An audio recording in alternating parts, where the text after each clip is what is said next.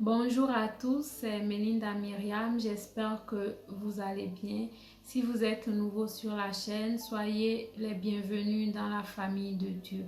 Aujourd'hui, je suis venue vous parler de l'intercession. Oui, c'est très important d'intercéder, surtout en cette période difficile que nous traversons dans le monde entier. Et le message de ce matin est pour toi qui me regarde. Dieu me dit de te dire qu'il a besoin des intercesseurs parce que souvent on se dit, ok, même si on est dans les problèmes, Dieu a promis qu'il sera là avec nous. Dieu a promis qu'il va nous sauver. Et du coup, la plupart croisent les bras et disent, Dieu fera, Dieu fera. Non, mon frère. Même si Dieu a promis, même s'il a dit qu'il fera, ce n'est pas une raison pour rester les bras croisés.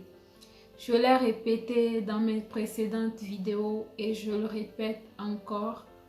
Vous ne devez pas rester les bras croisés car Dieu vous a donné toutes les armes spirituelles qu'il faut pour faire face au malin, pour faire face à certaines difficultés. Et ce matin, il me dit encore de venir vous le rappeler, qu'il a besoin des intercesseurs. Et actuellement, le cœur de Dieu est brisé parce qu'il se demande que fait mon armée sur la terre, que font mes enfants sur la terre. Ils mangent, ils dorment, ils pensent à leurs propres intérêts, alors que Dieu a besoin de nous. Vous savez, même dans la Bible, on a vu quand Jésus se promenait dans le temple, ses parents Marie et Joseph sont venus le chercher. Et qu'est-ce qu'il leur a répondu? Pourquoi me cherchez-vous? Ne savez-vous pas que je dois m'occuper des affaires de mon Père? Alors, c'est pareil pour toi et moi. Nous devons nous occuper des intérêts du royaume parce que Dieu a besoin de nous. Il a besoin de nous pour qu'on œuvre dans sa moisson. Alors, ce matin, je suis venue te parler. Peu importe ce que ton frère t'a fait, même si ton frère t'a fait du mal, il t'a blessé, n'empêche pas que tu pries pour lui, n'empêche pas que tu intercèdes afin que Dieu lui accorde la grâce. Et je t'assure que tu seras aussi guéri de tes blessures parce que le pardon libère. Le pardon te libère de beaucoup de fardeaux. Et laisse-moi te dire que ta récompense, ce n'est pas chez les hommes que tu vas la trouver, mais c'est Dieu lui-même qui te récompensera. C'est Dieu lui-même qui te donnera cette couronne que tu mérites. Alors, frères et sœurs, prions, intercédons, surtout en ces moments difficiles. Nous devons prier pour les nations, pour les familles, pour nos proches. Dieu a besoin des intercesseurs. Actuellement, nous sommes tous à la maison. Chacun s'occupe de différentes manières. Il y en a qui essaient quand même de rendre leur journée productive et d'autres qui sont plongés dans les choses inutiles. Et en même temps, le diable profite pour les plonger dans les péchés d'avant. À l'heure où je suis en train de vous parler, d'autres sont retournés à la pornographie, d'autres sont retournés à la masturbation parce que le diable a fait comprendre que maintenant que tu es à la maison, tu as le temps et du coup, c'est le moment au fait de reprendre les activités. Et dans ton ignorance, tu te dis, il n'y a rien à mal, je profite. Alors que, mon frère, ma soeur, tu es en train de te perdre. Ne laisse pas le diable diriger ta vie. Intercédons, frères et sœurs. Intercédons parce que même cette histoire de coronavirus, ce n'est pas les hommes qui vont mettre fin à ça, mais c'est Dieu le Tout-Puissant. car il est au-dessus de la science, il est au-dessus de la médecine. Et c'est d'ailleurs lui, le médecin parfait, le médecin par excellence, parce que les médicaments soignent, mais c'est Dieu qui guérit.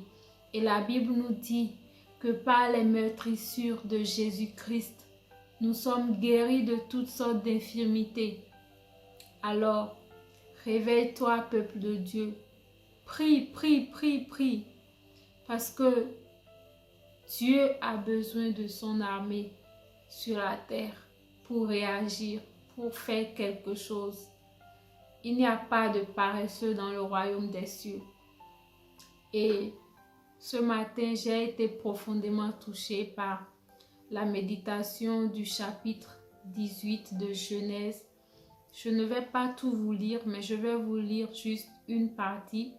Ça parle de l'intercession où Abraham a intercédé en faveur de Sodome pour que Dieu ne la détruise pas. Vous savez, Sodome, c'est une ville qui est vraiment à fond dans le péché. Dieu a parlé et il s'est fatigué. Et là, c'est la colère de Dieu qui voulait s'abattre sur cette ville. Et qu'est-ce que Abraham fait? Il commence par intercéder, par supplier Dieu pour qu'il ne détruise pas cette ville. Je vous lis. Et l'Éternel dit, le cri contre Sodome et Gomorrhe s'est accru et leur péché est énorme. C'est pourquoi je vais descendre et je verrai s'ils ont agi entièrement selon le bruit venu jusqu'à moi. Et si ce n'est pas cela, je le saurai. Les hommes s'éloignèrent et allèrent vers Sodome, mais Abraham se tint encore en présence de Dieu. Écoutez bien, tous les autres sont partis, mais Abraham, il est resté, il a prié, il est resté en présence de Dieu. Donc, toi qui me regardes en ce moment, la Bible dit, ne te conforme pas au siècle présent.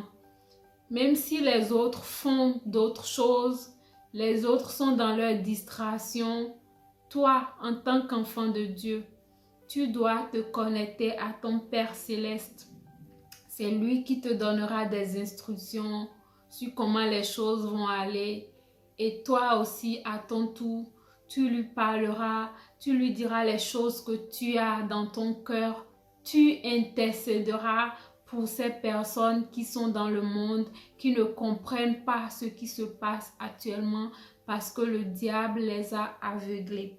Je continue. Abraham s'approcha et dit à l'Éternel, « Feras-tu aussi périr le juste avec le méchant? Peut-être y a-t-il 50 justes au milieu de la ville, les feras-tu périr aussi et ne pardonneras-tu pas à la ville à cause des 50 justes qui sont au milieu d'elle? » Et qu'est-ce que Dieu lui répond? Dieu lui répond qu'il ne leur fera point de méchant, qu'il ne détruira pas Sodome. Et là, Abraham lui avait parlé juste de 50 justes au fait. Mais Dieu dit non, je ne leur ferai point de mal, je ne détruirai pas cette ville. Mais regardez ce que Abraham fait. Il cherche de convaincre le cœur de Dieu. Oui, Dieu aussi a un cœur. Ne pensons pas que seuls nous avions un cœur, nous avons des émotions, des sentiments. Pareil, Dieu aussi a des émotions et des sentiments et souvent, son cœur est rattristé quand nous sommes à fond dans le péché, quand nous faisions des choses qui sont contre sa volonté. Et Abraham a insisté, il a diminué le nombre des justes jusqu'à 10. Je vous lis ça. C'est dans le dernier verset, je crois. Oui. Abraham dit, c'est dans le verset 32. Abraham dit, que le Seigneur ne s'irrite point, et je ne parlerai plus que cette fois. Peut-être s'y trouvera-t-il 10 justes, Et l'Éternel dit, je ne la détruirai point à cause de ces 10 justes. L'Éternel s'en alla lorsqu'il eut achevé de parler à Abraham. Vous voyez, Abraham a diminué le nombre de justes jusqu'à 10 pour voir quelle sera la réaction de Dieu. Et Abraham, il a vraiment pu convaincre Dieu, il a vraiment pu toucher le cœur de Dieu. Et c'est ça qu'on appelle l'intercession. L'intercession, c'est vraiment faire des supplications en faveur des autres. Voilà. Mais si vous lisez encore plus dans les chapitres suivants, dans Genèse 19, on s'en rend compte que effectivement Dieu a détruit Sodome. Mais regardez comment Dieu a détruit Sodome. Lot, le neveu d'Abraham, vivait là-bas. Qu'est-ce que Dieu a fait? Dieu lui a envoyé un ange pour le protéger. Et Lot a pris ses effets. Il est parti. Il est parti avant que Sodome soit détruite. Et vous voyez comment Dieu agit. Dieu sait quoi faire au bon moment. Dieu pouvait laisser Lot là-bas. Lot allait mourir. Mais à cause de l'intercession d'Abraham, Lot a été sauvé. Lot a été sauvé. Alors mon frère, ne reste pas les bras croisés. Prie. Prie pour les nations. Prie pour ta famille. Prie pour ton entourage. Lot a besoin d'être sauvé. Et ce sera grâce à toi que Lot sera sauvé. Vous savez, Jésus est assis à la droite du Père et il intercède pour nous chaque jour. Jésus n'a jamais dit « Oh, je suis fatigué. Quand je suis venu sur la terre, ils m'ont méprisé, ils m'ont tué. Et pourquoi je dois intercéder pour eux? » Non, Jésus a continué d'intercéder pour nous malgré nos méchancetés, malgré tout ce qu'on continue de faire sur la terre. Et tout ça, c'est par amour, oui. C'est l'amour qui provoque tout ça, l'amour pour ton prochain. Et un enfant de Dieu a vraiment cet amour à l'intérieur de lui et il ne regarde pas au péché de son frère. Il ne juge pas ce que son frère fait, mais il se contente de prier et d'intercéder. Alors, je t'exhorte aujourd'hui à intercéder. Intercède parce que Dieu a besoin de toi dans sa moisson.